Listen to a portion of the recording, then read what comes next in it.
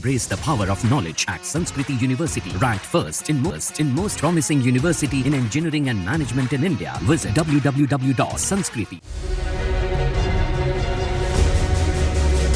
रूस और यूक्रेन के बीच लगभग 2 साल से युद्ध जारी है। यूक्रेन लगातार रूस पर हमला कर रहा है। यहाँ तक कि यूक्रेन रूस की जमीन तक कब्जा कर बैठा है।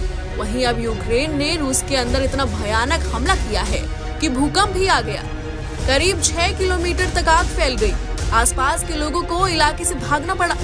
यूक्रेन ने ड्रोन अटैक में रूस के बड़े हथियार डिपो को नष्ट कर दिया है। डिपो में आग से इतनी तबाही मच गई, कई बैलिस्टिक मिसाइलें, हथियार और गोला बारूद नष्ट हो गए। धमाके इतने जोरदार थे कि नासा के उपग्रहों ने रूस के उस एरिया में भूकंप की सूचना दे दी। इलाके में रूसी लोगों को भूकंप के झटके महसूस हुए। यूक्रेन ने एक बार फिर रूस को निशाना बनाया।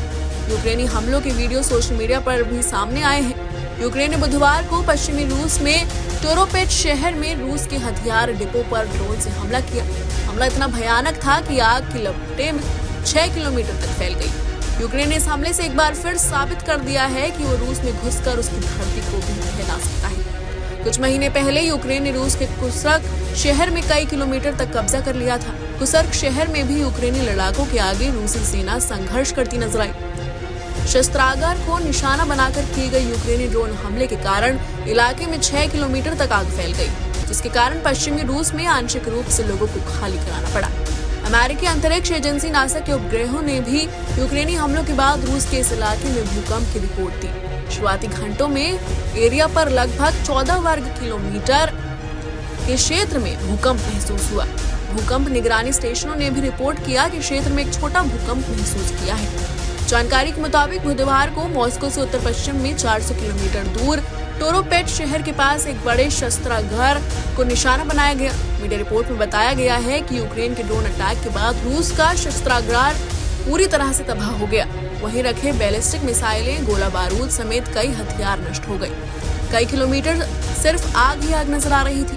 हमलों की भयावहता इतनी थी कि आसपास के लोगों ने भूकंप महसूस किया। रूस प्रशासन की मदद से लोगों को इलाका खाली करना पड़ा। उधर यूक्रेनी राष्ट्रपति व्लादिमीर जेलेंस्की ने हमले के बाद अपने वीडियो संबोधन में रूस पर हुए इस हमले पर सेना की तारीफ की। कहा कि हम रूस पर अपने लक्ष्यों की तरफ तेजी से आगे बढ़ रहे हैं। जेलेंस्की ने कहा, रूसी क्षेत्र में एक बहुत ही महत्वपूर्ण परिणाम हासिल किया गया और इस तरह की कार्रवाइयां दुश्मन को कमजोर करती हैं। मैं इसमें शामिल सभी लोगों को धन्यवाद देता हूँ। ऐसा सटीक हमला वास्तव में प्रेरणादायक है। Bureau report, news nation.